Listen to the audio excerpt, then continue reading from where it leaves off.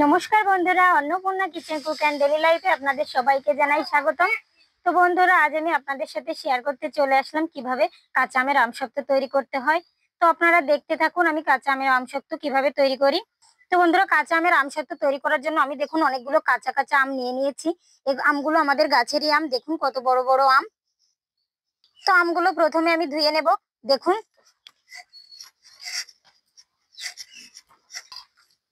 আগেই ভালো করে ধুয়ে নিয়েছি, এখনো আবার ধুয়ে নিলাম। এবার আমি এই কাঁচা আম থেকে খোসা ছাড়িয়ে নেব।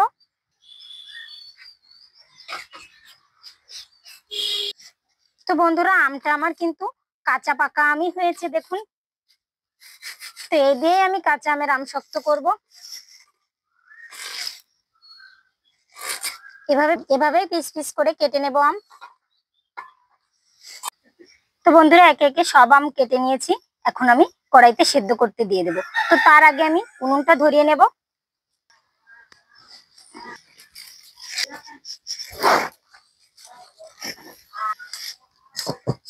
পাকা আমগুলো সেদ্ধ করার জন্য আমি কড়াইতে জল দিয়ে দেব। কাঁচা পাকা আমগুলো থেকে কষটা আমি বের করে নিয়েছি ভালোভাবে ধুয়ে, দেখুন পরিষ্কার জল দিয়ে। এখন আমি কড়াইতে দিয়ে দেব।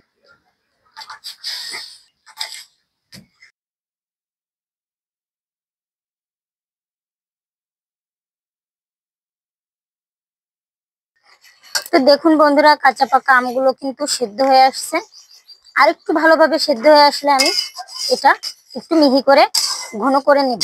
দেখুন বন্ধুরা, আমগুলো আমি ম্যাশ করতে একটা ওড়ং ব্যবহার করছি। তো ওড়ংটা দিয়ে আমি এভাবে ম্যাশ করব, তাহলে আমার ব্লেন্ডারে দেওয়া প্রয়োজন হবে না।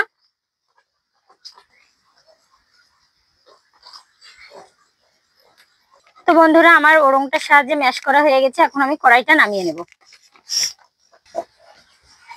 এরকম নাড়তে নাড়তে আমি বেটারটা ঠান্ডা করে নেব। ঠান্ডা করে নেওয়ার পর আমি ছেঁকে নেব। এরকম একটা ছাঁকনির ভিতরে দিয়ে আমি বেটারটা ছেঁকে নেব।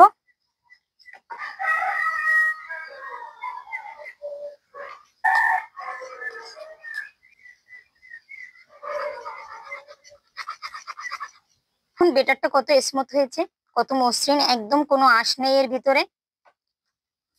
তো আমি এবার আবারও কড়াইতে দিয়ে দেব।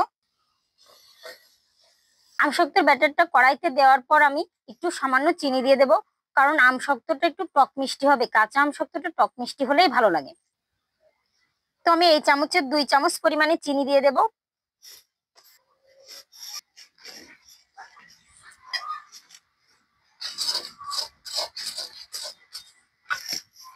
আমসত্ত্বের ভিতরে আমি কিছু পাকা মরিচ কুচি দিয়ে দেব। আমসত্ত্বের ভিতরে আমি কিছু শুকনো মরিচ কুচি দিয়ে দেব, যাতে দেখতে সুন্দর লাগে এবং ঝাল টক মিষ্টি একসঙ্গে হয়। এই দেখুন, শুকনো মরিচ গুলো আমি কুচি করে নিয়েছি।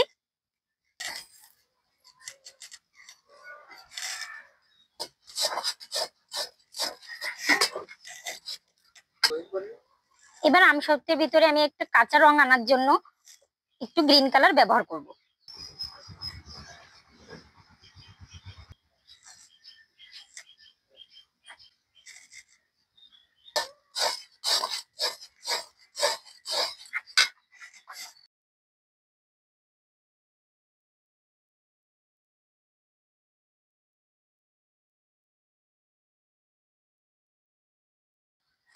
তো আমসত্ত্ব থালায় ঢালার জন্য দেখুন এরকম একটা থালা নিয়ে নিয়েছি আমি।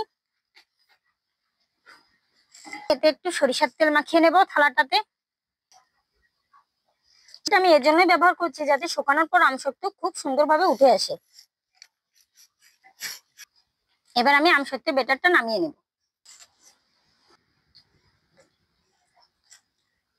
আমি একবারে সেই থালাতে নামিয়ে দিলাম। আমসত্ত্বের ব্যাটার আমার থালায় ঢালা হয়ে গেছে। এখন আমি রোদে দেব।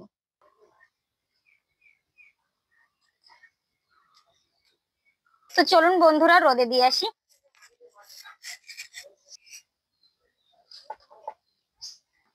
রোদে খুব তাপ আছে, এরকম রোদে যদি তাপ থাকে তাহলে আমার 2 রোদেই আমসত্ত্ব শুকিয়ে যাবে। তো আমরা 2 দিন পরেই ফিরে আসছি।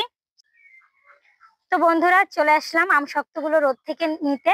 তো দেখুন আমার আমসত্ত্ব গুলো কত ভালোভাবে শুকিয়ে আসছে।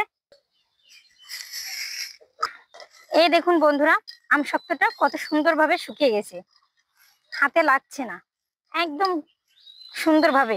আর দোকানের মতন দেখা যাচ্ছে, একদম কেনা আমসত্ত্বের মতন, বাড়িতে তৈরি করাটা দোকানের মতনই লাগছে।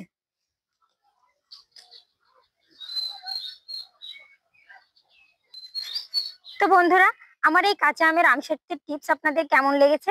ভালো লাগলে কমেন্টে জানাতে ভুলবেন না। হুম। তো এরকম নতুন নতুন রেসিপি ভিডিও পেতে আমাদের চ্যানেলটিকে সাবস্ক্রাইব করে পাশে থাকা বেল আইকনটি বাজিয়ে দিন। আর অলরেডি যারা সাবস্ক্রাইব করে দিয়েছেন তাদেরকে জানাই অসংখ্য অসংখ্য ধন্যবাদ। ভালো থাকবেন, সুস্থ থাকবেন।